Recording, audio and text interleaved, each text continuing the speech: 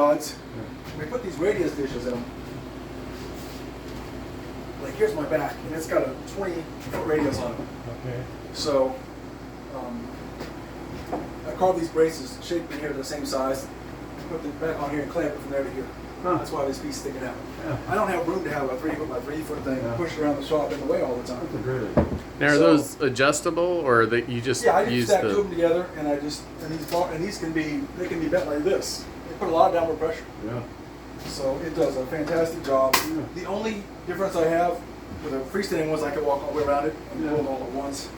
So on here, I'll glue the X brace on one time, then I'll come back and glue the smaller braces in and things like that. So there's plenty to do. It doesn't really matter. What glue do you use? This is regular Tidewater for this. Uh-huh. Some luthiers still use fish glue and hide glue, and I trust modern glues. Torrefied wood's hard to work with because it doesn't like to accept glue, but it also makes better guitars. And then for places where I don't want to see any glue lines, I use epoxy. Okay. So, my secret there is I've got back there a whole bag full of plastic shot glasses. Perfect for mixing epoxy. Perfect. So, perfect. But, yeah, so this here, I put a brace up there so the force wouldn't push us up any higher. But it's a great clamping space. And then the workhorse in the shop is, of course, the pattern maker's vise. Yeah. And I can clamp any type, because I can clamp any type of angle, anything I want. And it's on there. So these are tapered, it doesn't matter, I can clamp a whole guitar on there. So, like if you guys are carving those little birds and things, this would be the perfect thing to hold it in. That's yeah. I carved my necks right here with a buttload of light. I've got lights everywhere aimed at this to look for scratches and things like that. So, but it'll go from this to this by hand. All by hand. Rasps, it's fine. Yeah, yeah. I mean, I'll cut it down soon. This is what I do with these big blocks back there. I cut them roughly like this, and I'll set them up on the shelf for a while. And then once I know you've cut wood before and had it like bind up in the saw and things like that, even though it's dry. And it's pretty much quarter saw, but I cut it and then I'll wait a little while and then I'll true up the face. I'll keep it square and I'll leave it square until I carve it. So it's not easy to work with that way. And I put carbon fiber rods in it, with epoxy and things like that. Everything's in phases. The carbon fiber and epoxy, is that to? Just prevent any twisting and warping. Are they in the final?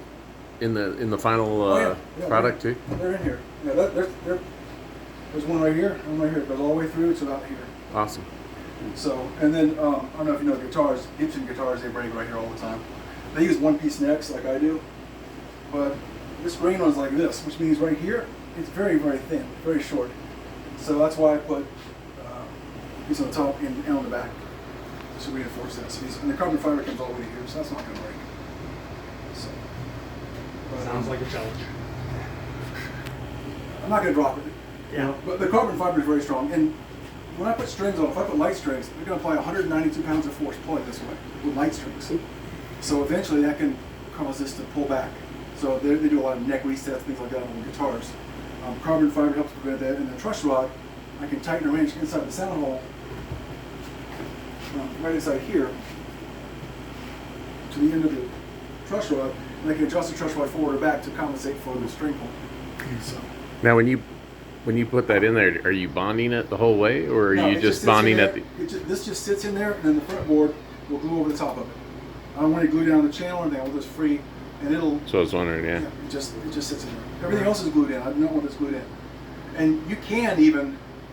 I've seen the truss rod not break, and the guy will be able to grab it and pull it out and drive it all the way back in. So which is pretty cool. So there's a nut on the other end. Well, this is the nut end. This is the truss rod. And there's two pipes in there. So if I tighten it one way, it wants to bow upwards. If I tighten the other way, it wants to bow downwards. So, and it's basically a rod which goes down and curls and goes back.